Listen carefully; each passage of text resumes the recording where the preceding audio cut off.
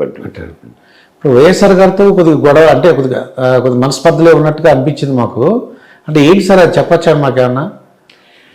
అంటే మేము ఇది ముందు మా జిల్లాలో అయితే కనుక బసిరెడ్డి గారి గ్రూపు, ఆదినారాయణ గ్రూపులని 2 గ్రూపులు ఉంటుండే. 2 గ్రూపులు Congress party with in the Congress party. Okay. మళ్ళా తర్వాత ఏమైంది అని అంటే రాజకీయాలు మార్పు చెందినాక వెరైటీ గన్నులు ఉన్నాయి కదా, అప్పుడు ఎక్స్పోర్ట్ రావడము, వాళ్ళకు ఆదాయాలు పెరగడము జరిగింది. ఉన్నది 3 ఉన్నాయి. కొండాపురం వాళ్ళు రామనాథరెడ్డి గారని, ఇంకొక ఆయన కందులోలు రెడ్డి గారని, ఇటు రాజారెడ్డి గారు అంటే రాజశేఖర రెడ్డి తండ్రి గారికి ఈ 3 గన్నులు ఉన్నాయి. కొంచెం వాళ్ళకి ఆదాయం ఎక్కువ కదా, ఎక్కువ ఉన్నప్పుడు వాళ్ళు 3 కూడా అప్పుడు కందులోలు రెడ్డి 78లో అనుకుంటాను లోక్సభకు నిలబడినాడు ఆయన. మాకు అంతకుముందే ఎన్నికలు జరిగినాయి అన్నమాట. ఎన్నికలు జరిగినప్పుడు మా మేనమామ గారు ఒకరు ఎమ్మెల్యేకు నిలబడినారు. మేమందరం వెంకరెడ్డి గారి గ్రూప్ అని ఉండేది, ఒక్కొక్క గ్రూప్లోనే ఉన్నాం. ఆయన మా మేనమామ గారు నిలబడినప్పుడు ఏవో కారణాల వల్ల వెంకటరెడ్డి గారు వాళ్ళ భావను శివారెడ్డి గారిని, పేర్ల శివారెడ్డి అని ఆయన పోటీ పెట్టించారు ఇండిపెండెంట్గా. సీతారామయ్య గారని కాంగ్రెస్ పార్టీకి టికెట్ వచ్చింది. మా మామ జనతా పార్టీ తరఫున నిలబడి ఉన్నారు. మేనమామ కాబట్టి మేము ఆయనకు చేయక తప్పదు, చేసినాము. అప్పుడు ఈ వెంకటరెడ్డి గారికి వ్యతిరేకమైన గ్రూప్ అంతా కూడా మా మామకు చేశారు. ఆ గ్రూప్ వాళ్ళంతా నేను అప్పటికే 4 సంవత్సరాలుగా ఆడ ఎర్రగుంటలో ప్రాక్టీస్ చేస్తున్నాను డాక్టర్గా. ఆల్మోస్ట్ ప్రీ ప్రాక్టీస్ చేయండి, ఏదో వస్తే ఇంకా ఎగ్జామిన్ చేసేది, మందులు రాయిస్తే తెచ్చుకుంటాను, ప్రీ ప్రాక్టీస్ చేసిన. అందుకని కొంత మంచి పేరే ఉన్నది. ఈ గ్రూప్ అంతా ర్యాలీ అయినారు. ఈ 78లో ఎన్నికలు వచ్చినప్పుడు ఈ గ్రూప్ అంతా మీటింగ్ పెట్టుకొని ఎవరికి చేయాలని. అప్పుడు బసిరెడ్డి గారి కుమారుడు ఒక ఆయన రఘునాథరెడ్డి లోక్దల్ తరఫున, ఇంకొక ఆయన మూర్తి గారని జనతా పార్టీ తరఫున, ఈయన కందులూరు రెడ్డి గారు కాంగ్రెస్ పార్టీ తరఫున నిలబడినారు. నిలబడినప్పుడు మేము మాట్లాడుకున్నాం, అంత గ్రూప్ అంతా మీటింగ్ పెట్టుకొని ఎవరు చేయాలని. అంటే అందరు కలిసి ఒక 4గురిని, మీరు ఎవరున్నారు, మనం కందులూరు రెడ్డికి చేసేదానికి లేదు, ఎందుకంటే వెంకరెడ్డి గారికి బంధువు కాబట్టి మనం చేయలేము.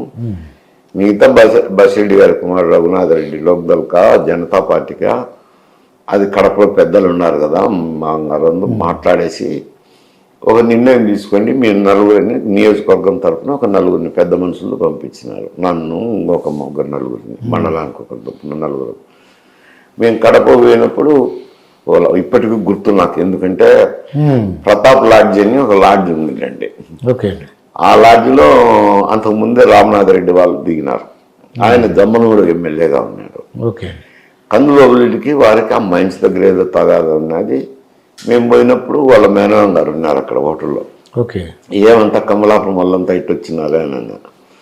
ఏదో ఇట్లా మేము ఎవరికి చేయాలని ఆలోచన చేయడానికి పెద్దోళ్ళు ఉన్నారు కదా, ఆలోచన చేయడానికి వచ్చినాము.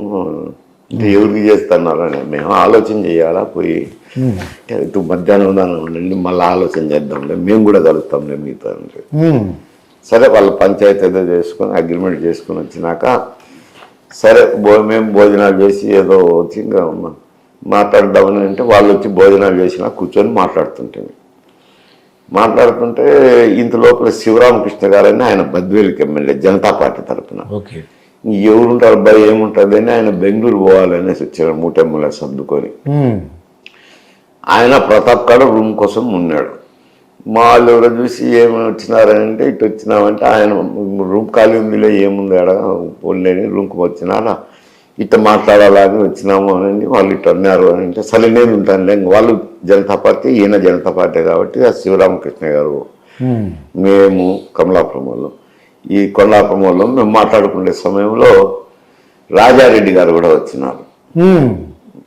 వచ్చి అదే లాడ్జ్లో ఆ వింగ్లోనే ఇచ్చినారు ఆయనకు. మేము 35, ఒకరు 36, ఒకరు 37.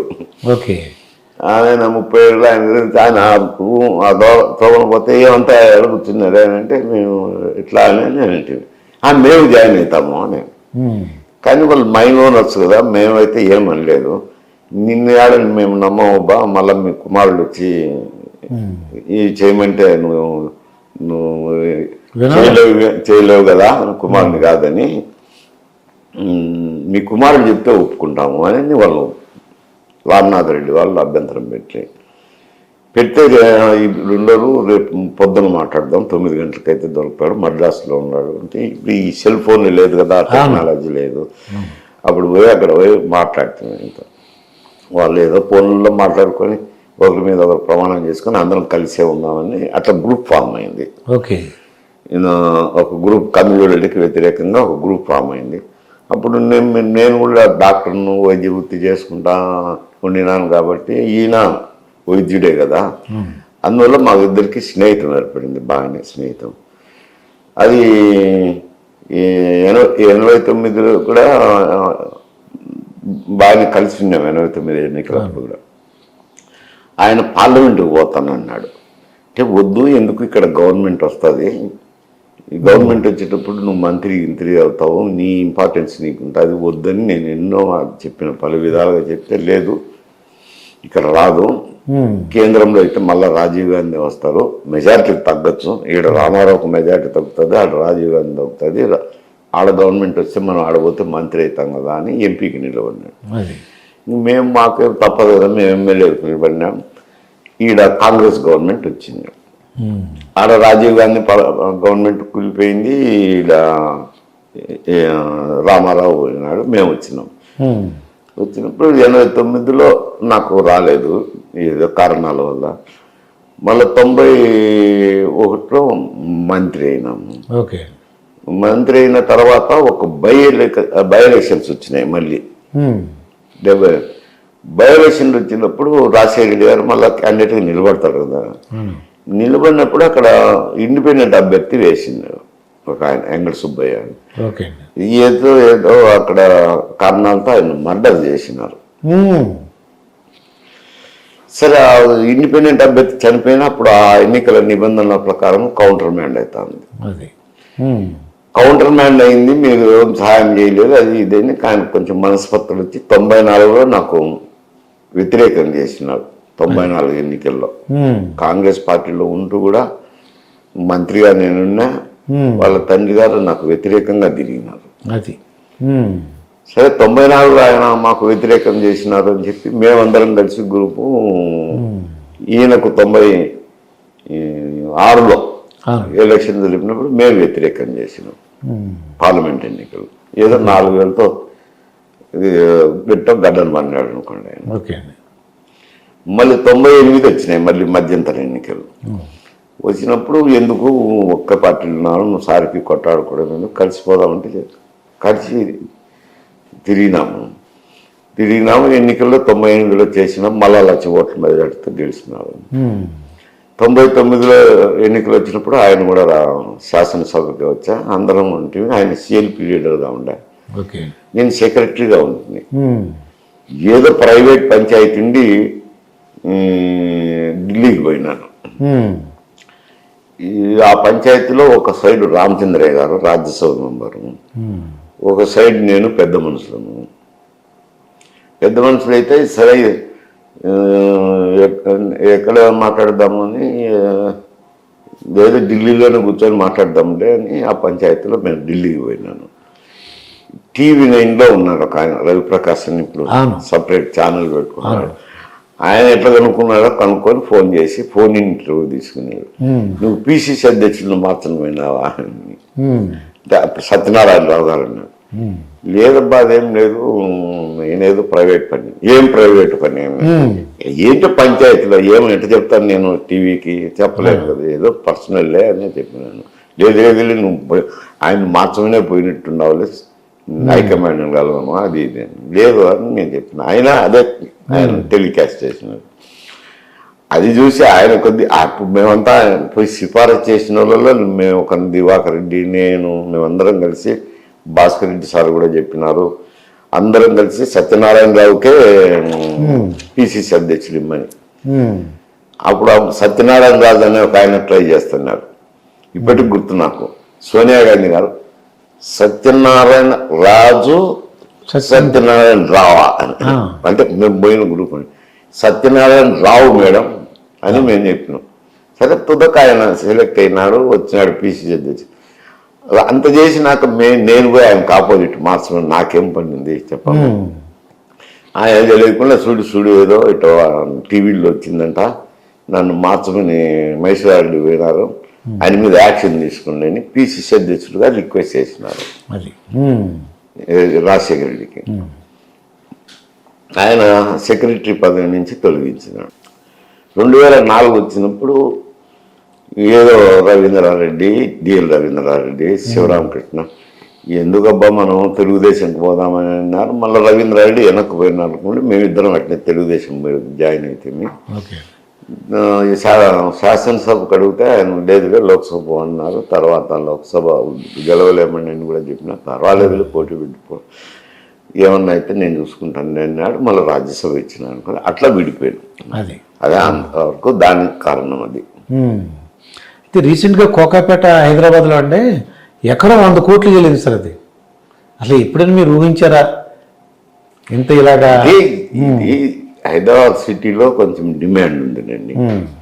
భూములు విలువలు అయితే పెరిగినాయి, బాగానే పెరిగినాయి, ప్రతి చోట పెరిగినాయి, అక్కడ కూడా పెరిగినాయి. కానీ అంత రేటు తగ్గచ్చు తండ్రి, అది ఎప్పుడు ఏదో పోయింది. కానీ దాంట్లో ఏదో అపవాదులు ఉన్నాయి. ఈ పక్కన భూములు ఉండే వాళ్ళకి కావాల్సి 1 ఎకరా కొని రేటు పెంచి ఎక్కువ పోతుందని రేటు పెంచుకునే దానికి కొన్నారు అనేది ఏంటో ఉండే ఆరోపణలు. కానీ జనరల్గా హైదరాబాద్ సిటీలో ప్రతి చోట భూమి విలువ పెరిగింది. ఇక మానవ సంబంధాల గురించి చూద్దాం సార్. మీరు ఉన్నప్పుడు అంటే మీ పిల్లలు ఏమన్నా సార్, సొంత పిల్లలు ఎంతమంది ఉన్నారు సార్? 2 కుమారులు. 2 ఎక్కడ ఉన్నారండి ప్రస్తుతం? 2 ఊరి దగ్గర మైండ్స్ ఉన్నాయి మాకు, నా వాళ్ళ గనులు గనులు వేసుకుంటుంటారు. ఒకడు మున్సిపల్ చైర్మన్. ఓకే, వాళ్ళు కూడా ఎలక్షన్లో పార్టిసిపేట్ చేయడానికి అవకాశం ఉంటుందా? ఏదైనా మాకు ఆర్థిక సమస్య కదా, అది వాళ్ళు ఎమ్మెల్యేకి నిలబడాలన్నా ఆర్థికంగా చూసుకోవాల్సిందే కదా. వాళ్ళు ప్రస్తుతం ఏ పార్టీలో ఉన్నారు సార్? వాడు వైఎస్ఆర్సీపీలో ఉన్నారు. అయితే మీరు మానవ సంబంధాలకు అప్పటికి తేడానే అంటారండి? ఇదివరకు ఉన్నప్పటికీ ఇప్పటికీ అంటే ఒక ఉమ్మడి కుటుంబాలు ఎన్ని కూడా ఉండట్లేదు ఇప్పుడు ప్రస్తుతం.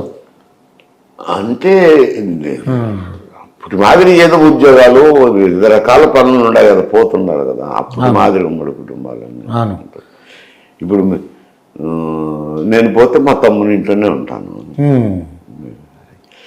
ఈ కొన్ని కుటుంబాల్లో ఉంటాయిలేండి, పనుల వల్ల అయితేనేమి, రకరకాల కారణాల వల్ల. అంటే మీ పిల్లల ఇంట్లో ఉంటారా అండి? అంటే మీ తమ్ముడి ఇంట్లో అన్నారు? నేను పుట్టింది పెరిగింది ఆ ఇంట్లోనే. నేను ఆన్నే గ్రామ సర్పంచ్గా ఉన్నప్పుడు ఆ ఇంట్లోనే ఉన్నాను. నేను ఎంబీబీఎస్ చదివేటప్పుడు ఆ ఇంట్లోనే ఉన్నాను.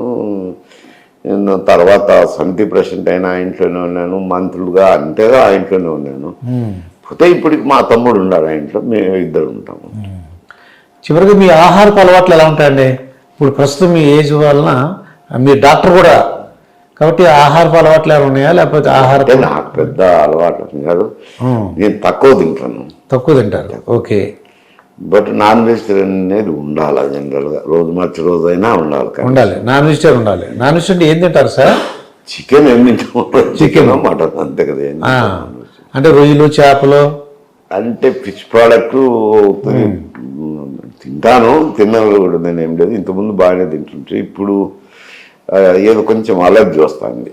ఓకే, ఇంకా మీకు కానీ హ్యాబిట్ సిగరెట్ ఉన్నట్టుందండి? ఇంకా ఏముందండి పర్సనల్, ఇంకా తప్పదు. అది 75 సంవత్సరాలు అయింది. ఇప్పుడు వాటి గురించి ఆలోచన చేయటమేముంది. అవునండి, అంటే పర్సనల్ డాక్టర్గా కాదా, నా లిమిటేషన్స్ నాకు ఉంటాయి. నేను ఎందుకంటే మేము బయట వాళ్ళతో అడగబోదును, మీరు డాక్టర్ గారు కదా తెలిసిండి ఎలాగా అని. కొంచెం ఉంటాయి కదా, టెన్షన్ కాదు అది జనరల్గా ఏదో. ఇదండి మన ఎంవి మైసూరారెడ్డి గారితో జరిగిన ఇంటర్వ్యూ. మరొక ఇంటర్వ్యూతో మీ ముందుంటాను. మీ దుర్గాప్రసాద్ మాస్టర్.